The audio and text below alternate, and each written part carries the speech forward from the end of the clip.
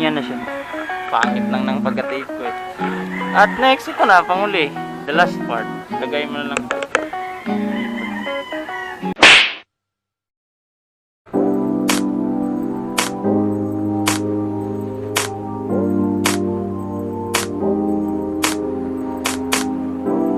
So, what's up guys?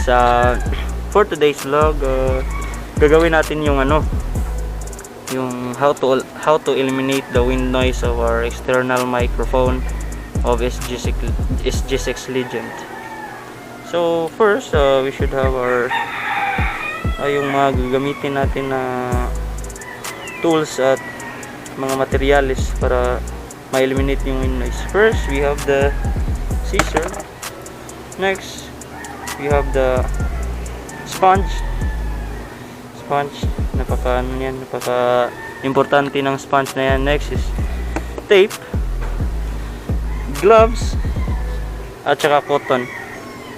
At ang pinaka-importante ay ang microphone. So itong microphone ay binili ko pala sa Shopee, 387 lang. Okay naman, gumagana. Ang problema nga lang ay ang wind noise niya. So ngayon gagawin natin ito. I-eliminate natin yung wind noise. But before we start, ilagay ko muna yung sample video ko na di pa na-eliminate yung wind noise. Fire, let's go. All right, let's check our wind noise check of our microphone. So bagong bili itong microphone natin, I buy it for only. Yeah, so we will try kung yung wind noise niya, okay? So yan na, naka-close na ang visor natin. Wala, hindi ko pa yan minumodified. So mamaya i-modify natin. So ikumpara natin kung ano ang mas magandang pakinggan sa wind noise, okay? So yan, naka-close ang visor. Yan, naka-open ang visor while speaking. Overtake tayo dito para malakas yung wind noise. Okay, naka-open. Close. Right, nandito na ako.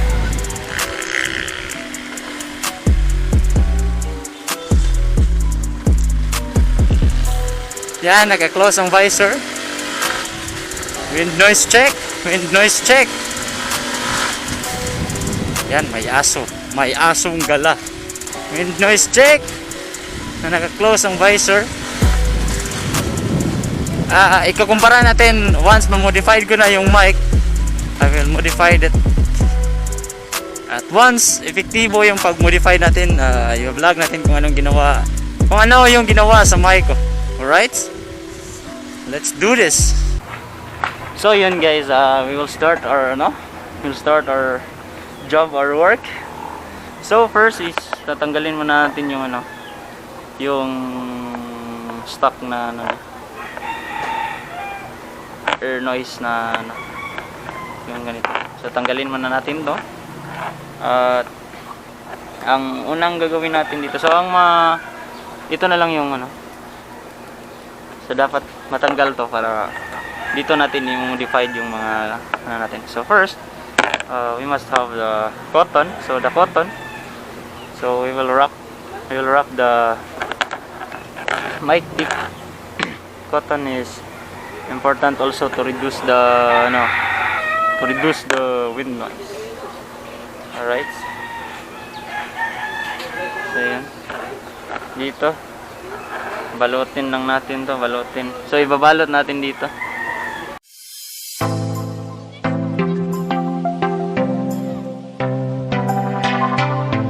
Pagkatapos natin balutin, lagyan natin ng tape.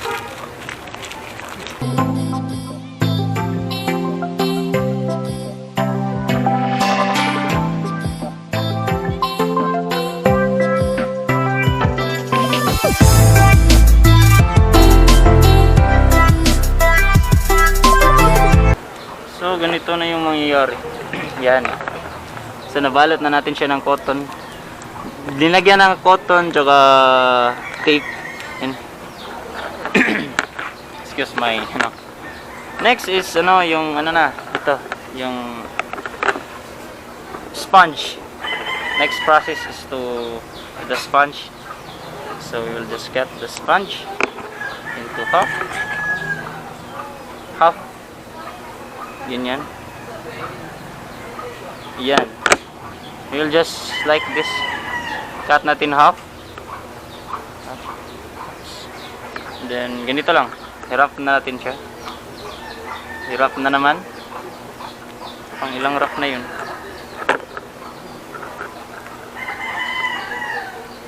Ayan. Wrap. Balot again. Then, yan.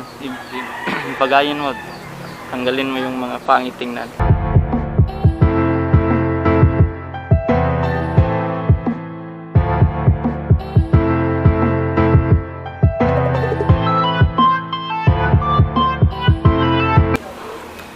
Alright.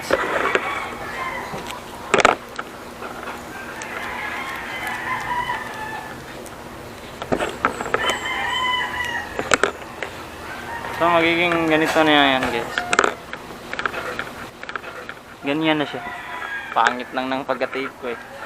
Yung gloves sa palamin. Ito. Sorry. May gloves sa pala. The gloves is just to support the ano, para mag-lock siya. Alright. Ganyan lang. Parang kamay mo lang yan.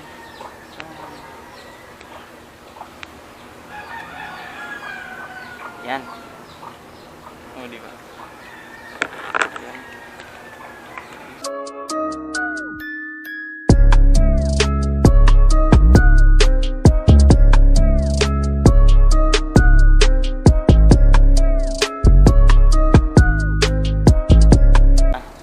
Lagyan natin to. Yan. Nice and easy. Nice and easy, man. Oh, di ba? Napaka-basic. Napaka-basic na trabaho. Yan.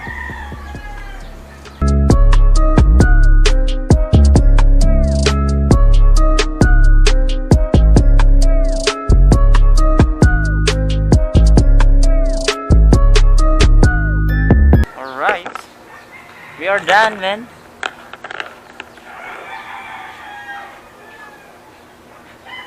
Let's do this. So try, ito na yung ano na, finished product. Ta-da! Finished product. So let's go, i-try natin sa daan. So what's up guys, this is Overshoots TV. I'm back again. Matagal-tagal na rin na hindi tayo nakapag-vlog. By the way, today is February 5, 2021, Friday. So malapit na yung weekends. Baka bukas magra-rides tayo. Let's have a vlog for our Facebook page. Yeah. So bale, sa magpapa-shoutout, just comment on this video. Just comment sa magpapa-shoutout, alright? At bale, punta tayo sa topic natin. And also don't forget to subscribe. Don't just watch, subscribe mga men. Subscribe to my channel. Subscribe, like, and share pag nagustuhan yung video, and also support me on my more vlogging. Alright, thank you. So this is Overshoots TV again, and for today's vlog, alam naman natin kung ano yung title natin. Naka-thumbnail na din yan. So ang vlog natin ngayon ay gumawa tayo ng DIY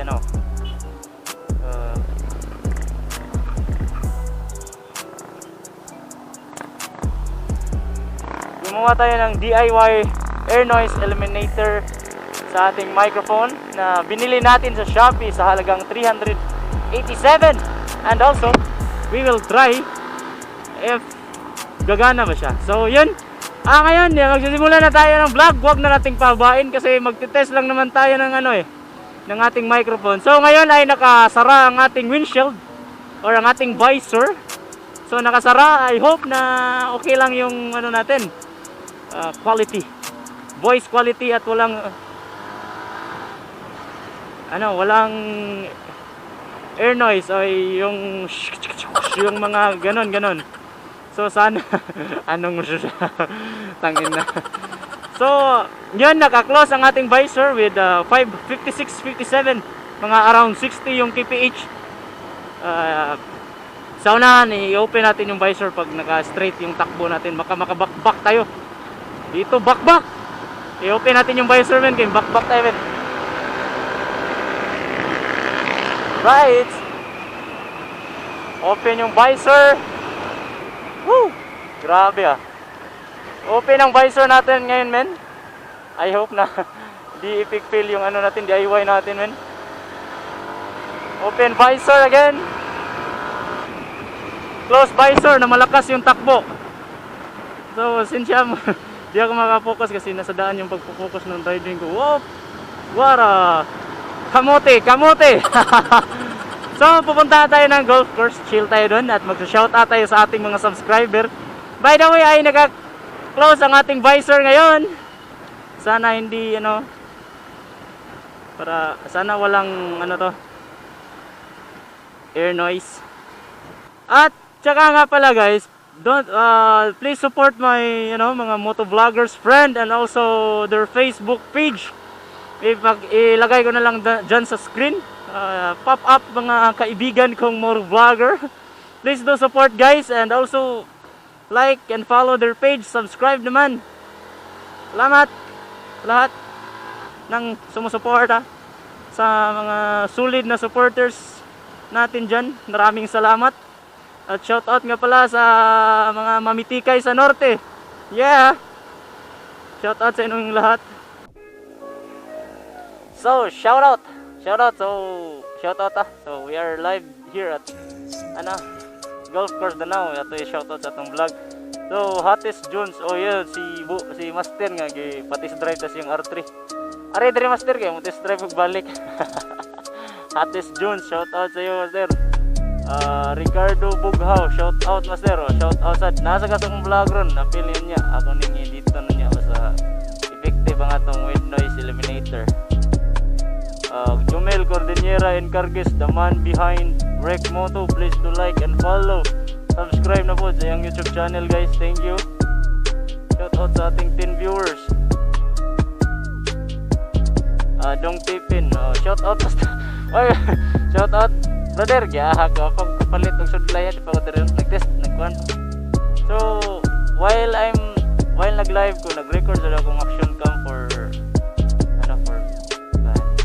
vlog purposes. So, sa mga nag-comment shout out.